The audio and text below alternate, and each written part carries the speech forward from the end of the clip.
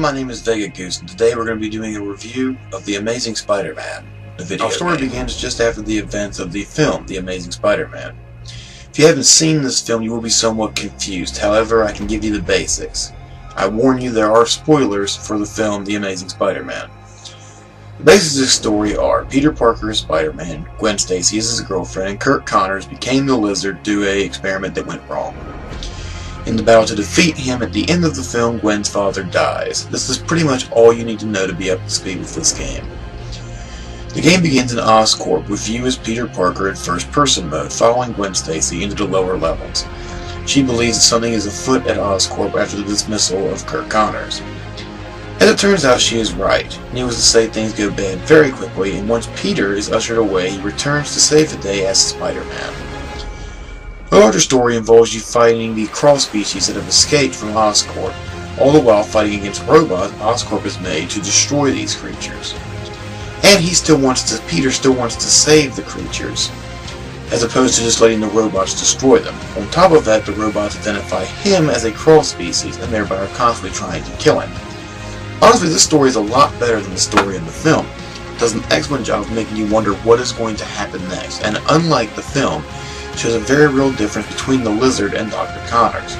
Shows his life is almost a comparison between Dr. Jekyll and Mr. Hyde, unlike the film, which basically just made him a giant monster with no humanity left to save. I don't want to spoil the story, but let's just say it's really good and I think you'll enjoy it. The soundtrack isn't the best sounding game ever, but I'd be lying if I said I didn't enjoy it a lot. It does remind you a lot of the film without simply reusing the same themes. The best of this game has to be the music, when you're in combat. You can always tell when you're doing well, and when you begin to lose, the sound cue tells you to get out of there. Otherwise, the soundtrack is basic gaming fare. We've seen it 100 times, we'll see it 100 times more. It isn't great, but it isn't terrible. The web swinging in this game is the best I've ever played. You can have fun just swinging through the city without doing any of the side missions, the fetch quest, or even the main quest, if you really want. On top of that, the animation is top-notch, and it really looks like what a person would look like were they swinging through a giant city. Combat, however, is good, but not great. It's basically the same system as Batman Arkham City. However, what makes it different is the fact that unlike Batman, you're not going to be able to just stand and brawl with most of your enemies.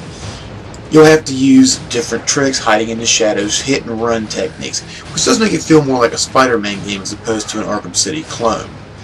You have one move in particular called Web Rush, which allows you to slow time for a few moments while you get your next target. This is going to be a lifesaver in this game a lot. It'll get you out of a bad situation in a hurry. And it'll also let you set up tactics, which most games like this are just simple beat-em-ups. So it is nice to see a little bit of depth in there. Overall, this game has a lot of funny moments. Great cameos from different characters in the comic books.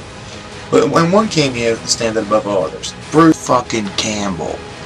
Now, yeah, I know every geek worships this guy, but the bottom line is, from Evil Dead on up, Bruce Campbell was the man, and he's in this game.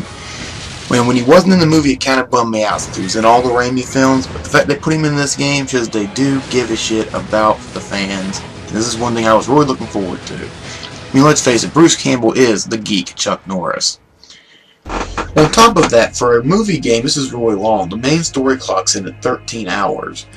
And it's well over 20 hours if you factor in the side quests, effects quests, and the optional bosses.